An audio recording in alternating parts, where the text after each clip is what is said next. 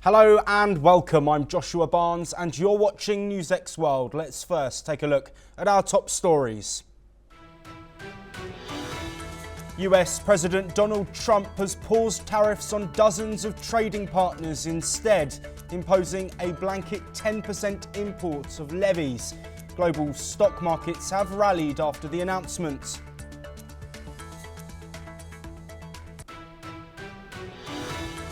Meanwhile, China has urged the US to meet halfway after Trump introduced the huge 125% retaliatory tariff on Chinese imports. The Asian nation has warned of a severe impact on global economic stability following the fresh US duties.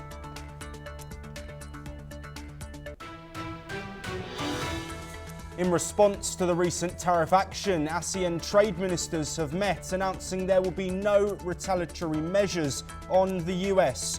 China have said they are ready to work with ASEAN nations to enhance trade cooperation. US and Russian delegates have arrived in Istanbul for a meeting on strengthening diplomatic ties. US officials have previously stated that the Russia-Ukraine war and security will not, however, be on the agenda.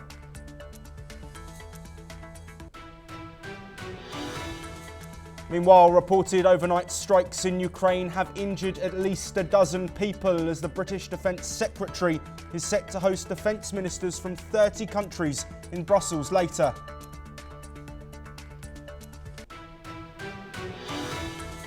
US President Donald Trump says that military action in Iran is absolutely possible if the countries can't agree on a nuclear deal. The leader also says that Israel will play a leading role in negotiations and any action taken. Defence Secretary Pete Hegseth says the US could revive bases with troops returning to the Panama Canal. It comes as the US and Panama signed a new defence and security pact amid what Hegseth calls growing Chinese influence in the region. South Korean opposition leader Lee Jae-myung has entered the presidential race. Lee is the front-runner in some opinion polls, while former head of the ruling party Han Dong-hoon has also declared his candidacy for the 3rd of June election.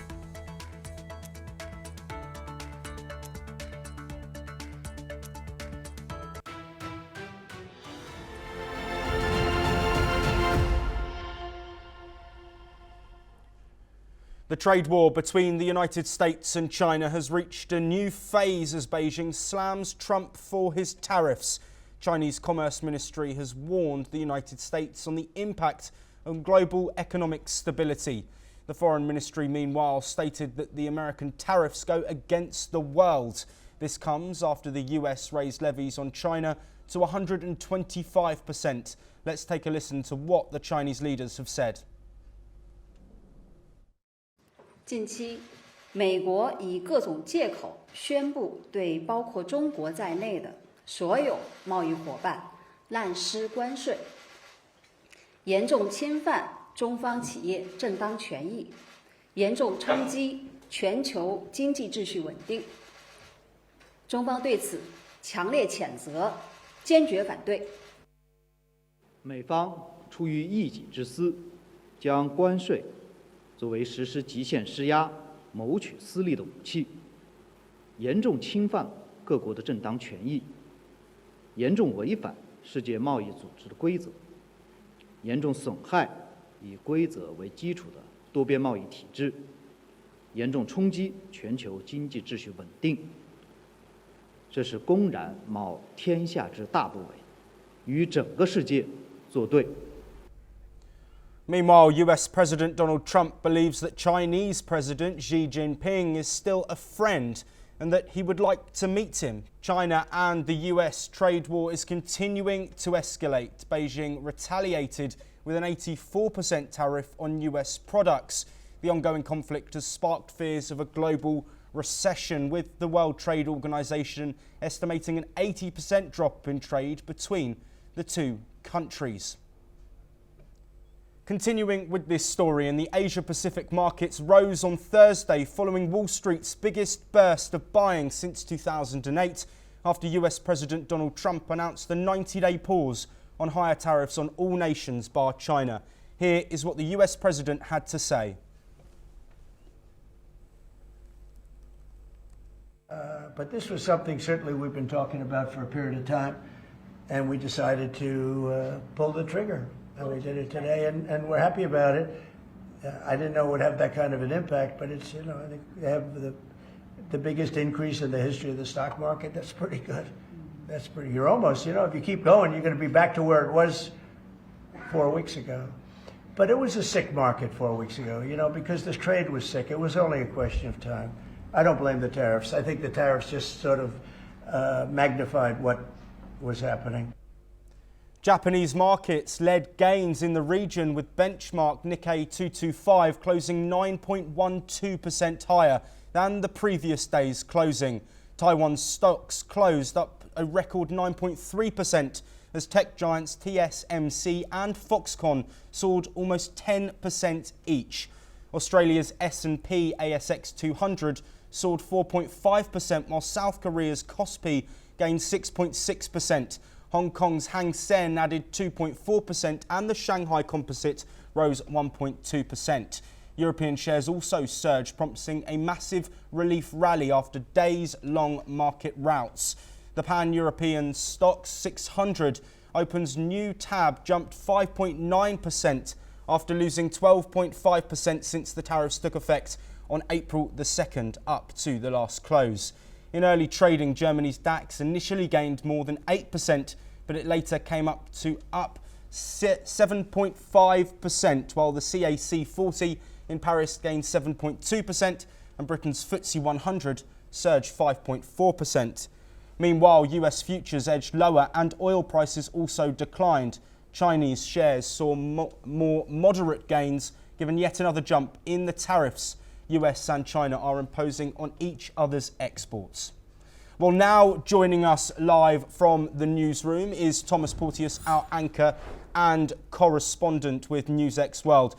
Thomas, before we do discuss these stocks, I do want to talk about what I said earlier relating to these US and China ongoing disputes. We've seen, of course, retaliatory tariffs from both sides.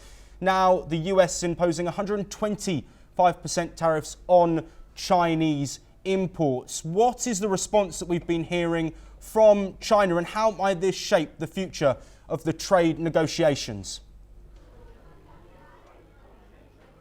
Well, Josh, I just want to give you a bit of background on this. It's been 8 days since Donald Trump held up his big board in the White House Rose Garden and announced tariffs across, universal tariffs across the world. It was originally a 34% tariff onto Chinese goods coming into the US. 8 days later, that has now become 125% on goods coming into the US from China. Now, this has been because of a whole load of decision making. The US had doubled its tariffs after the Chinese refused to back down from their very own reciprocal tariffs. And now what we see is an 84% of tariff on US goods going over to China and a 125% on goods going the other way. We have had some, since this has been imposed, we have obviously seen Xi Jinping, Donald Trump referred to Xi Jinping as a friend. However, Chinese Foreign Minister spokesperson has not said the same thing. He has called Trump's tactics bullying. He has demanded that the two reach an agreement. Donald Trump has been very vocal about countries wanting to make a deal. That's what Donald Trump's like to do. He likes to make deals. And so, in regard to this ongoing trade war, it has been pushed 90 days forward, apart from with that one country that was at the top of Donald Trump's board at 34% 8 days ago, and that is China. We will see ongoing developments with that, the two biggest economies in the world moving forward for sure. We will bring you all the developing news. However, we will go into the stocks now. Obviously, I mentioned previously that Donald Trump had announced reciprocal tariffs on many different countries around the world. Most of these countries with the higher amount of tariff were countries like Cambodia, countries like Vietnam. Some of these countries had a reciprocal tariff of up to 40%, up to 47% Cambodia was. Donald Trump has now decided to pause these after a market crash which happened on Monday. And so the markets have now gained confidence. I want to show you some of those markets now. So currently, the European markets are open. We move on to London's FTSE, which you can see in this session has gained confidence of 3.86%. We're going to move to the last 5 days, where you can see a steep drop. And then right here, where the tariffs pause was announced, I hope you can see that clearly. London, the financial epicenter of Europe, has been gaining some confidence in Canary Wharf. Now, I want to move over to MOEX, the Russian index. Apologies, we have some technical issues here. Sorry, we will move over to Italy. So, Milan, I've been seeing some stabilization today. Up 2.11%. The FTSE Italia Growth Index is up. And then we move to the French index in the last 5 days, which you can see has seen some fluctuation when it comes to price. And then it has, you can see investors gaining some confidence. And then you can see here, there is a 5% increase today alone in today's session. We now move on to Asian markets that have now closed. You can see a rise in 2.6%. The Hang Seng Index, which is the Hong Kong index there, which previously saw its largest drop in 28 years on Monday. We can now see it's regaining some confidence, not complete confidence. I want to show you that drop, which was previously this week. Here we can see this big red line going down here. I hope you can pick that up on the camera there. As you can see here, there is a steady growth up and down, which in these markets which have just closed, but regaining some confidence in the Asian market there. The SSE index, this is Shanghai, China's index. And as you can see, this is the index that's most recently closed. As you can see, we had a major drop here on that Monday, Blue Monday 2.0, some people are calling it. However, since these 125% tariffs have been imposed on China, we can still see some steady growth, also like further markets, which goes to show that investors in China actually have are still gaining confidence in the country, even after that big drop on Monday. So yes, we will continue to bring you these developments when it comes to this hectic stock market, this fascinating time in the next few days. And who knows where Donald Trump and his tariffs are, where the predictions are going to go next. Absolutely. Thomas Porteous, thank you ever so much for that insight. The situation with tariffs is going to continue, and here on NewsX World, we will be across all of those developments. Now, it's not just in China where reactions are coming through. Spain's Prime Minister Pedro Sanchez has called President Donald Trump's pause on tariffs an open door for negotiation. In Ho Chi Minh City, Vietnam, Sanchez, the first of a series of European leaders, has head to the east following the announcement by US President Donald Trump of sweeping global trade tariffs. He made the remarks during an official visit to Vietnam, adding that he is still needed to review the exact details of the measures. Meanwhile, Indonesia's Finance Minister Sri Mulyani Indrawati has said that planned US tariffs could reduce Indonesia's potential growth by 0.3% to 0.5%. She added that Indonesia welcomed the 90-day pause on tariffs as it provided an opportunity to mitigate or avoid the downside risks from the tariffs to economic growth. She also said that the country would use that time to come up with a framework of cooperation that was mutually respected by other countries. Indrawati commented on the recent pressure of Indonesia's currency, the rupiah, which is at an all-time low, and said that it was temporary that the government remains focused on indicators such as corporate debt and government debt to GDP. On the other hand, Taiwan's foreign minister said on Thursday that Trump's 90-day pause on most tariffs gives Taiwan breathing room for more in-depth talks as the island hopes to take advantage of the huge US market. Taiwan had been due to be hit with a 32% tariff, sending its stock market plummeting, though the key semiconductor industry was excluded. Here is what the foreign minister said. 现在多了90天时间，我们可以更详细深入的来谈台美的经贸合作。那我们希望这不只是一个被动的回应的川普的对等关税，我们希望能够开启台美在经贸关系上，特别是赖总统提到的台湾投资美国队。我们希望能够借由美国的庞大的市场，他们有很好的科技、资金跟人才，那结合成台美联队这样一个联合舰队的方式。我们现在已经有传达，那对方也表示有接到我们这个的讯息，那也有回应所以有关于详细的谈判的内容跟方式我们就透过现在双边。Well, further, Thailand's finance minister stated that the country has prepared more economic stimulus focused on creating jobs, adding that the pause would give officials more time to prepare a response.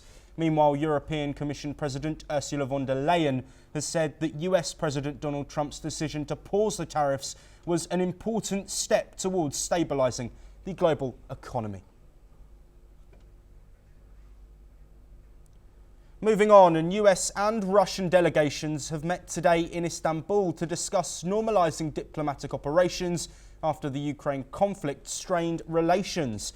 The talks, led by Russia's new ambassador to Washington, Alexander Darchayev, and US Deputy Assistant Secretary of State, Senator Coulter, focused solely on restoring embassy functions and not broader bilateral relations, which remain contingent on peace in Ukraine.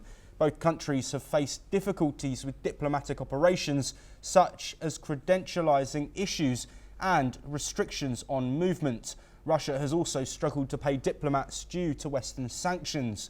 Washington has imposed restrictions on 6 Russian properties, including consulates and trade missions, complicating diplomatic work. Despite these difficulties, both sides aim to ease tensions over embassy operations, with the State Department stressing that Ukraine will not be part of the discussions.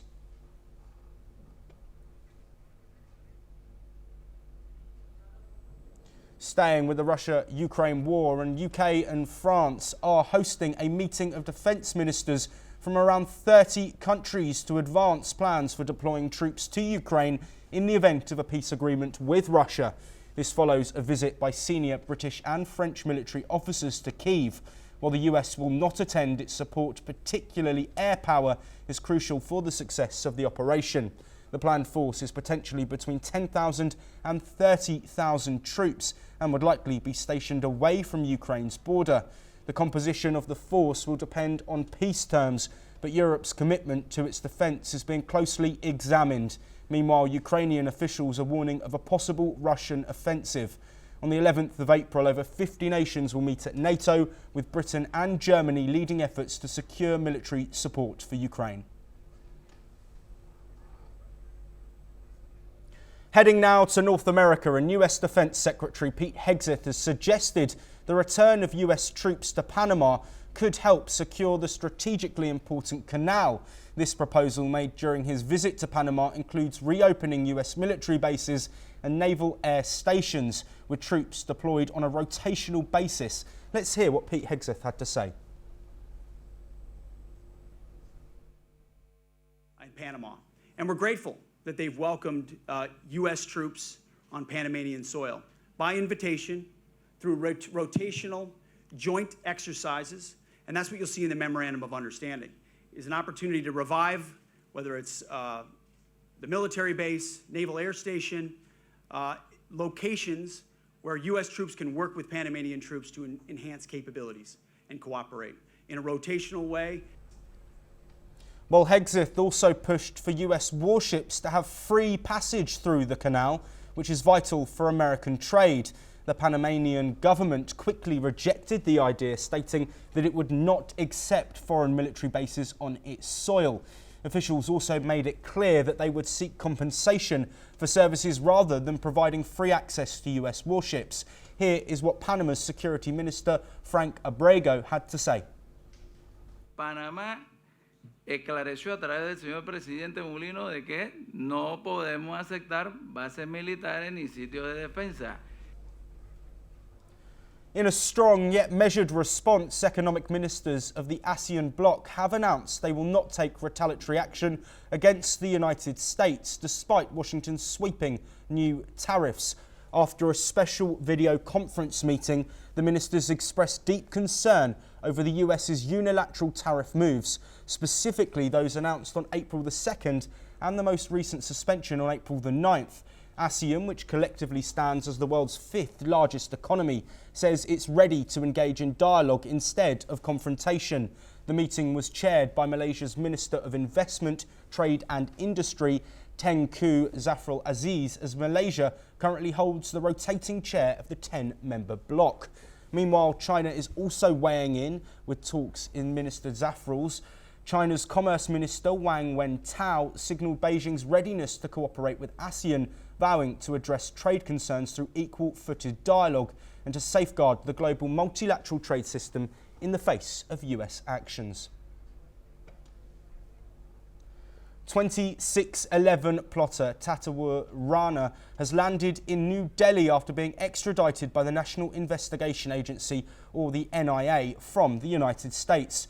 Rana's extradition is the biggest in recent times and a major diplomatic win for India. A multi-agency Indian team has brought him back on a special flight. It's been 17 years since the 2611 terror attacks and 15 since Rana was arrested by the FBI on US soil. Reportedly, Tatawur Rana is to be lodged in Tihar jail upon his arrival to India. Rana will also be produced before a special NIA court at Patiala House. The NIA will seek his custodial interrogation. Officials hope this interrogation will reveal new leads and possibly expose the involvement of Pakistani state actors in the 2611 terror attacks in Mumbai. Staying in the Indo-Pacific, and Hang Dong-hoon, the former leader of South Korea's ruling People Power Party, has announced his candidacy for president just 2 months ahead of the country's elections on June the 3rd. His announcement comes after the impeachment of former President Yoon Suk-yeol, following a controversial martial law declaration. During a press conference, Han vowed to lead a political and generational transformation, proposing constitutional reforms, including a 4-year renewable presidency and a bicameral legislature. He emphasised the need to end political strife by synchronising presidential and National Assembly elections. Han, once a key figure in Yoon's inner circle, now faces competition from within his party from other presidential hopefuls, including Kim Moon-soo and Ahn Cheol-soo. Staying in South Korea, and in a significant move, South Korea announced it has imposed sanctions on several entities from Hong Kong and Russia, along with 2 Chinese nationals. These sanctions come in response to their involvement in operating vessels that violate a UN Security Council resolution aimed at North Korea. The resolution is part of international efforts to curb North Korea's nuclear and missile programs, with South Korea taking a firm stance to hold those facilitating these activities accountable. The sanctions are a direct response to violations that undermine global security and efforts to limit North Korea's capabilities.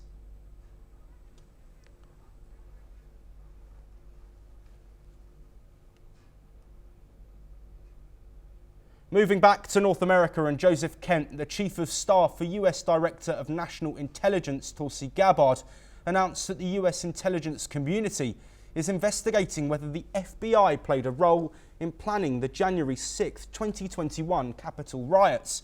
Kent made this statement during a Senate Intelligence Committee hearing on his nomination to lead the US National Counterterrorism Center.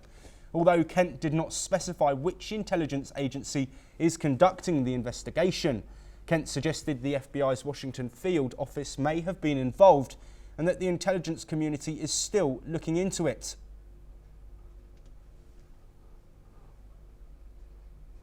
Well, that's all we have time for. We will continue to bring you more of the latest breaking international news very soon.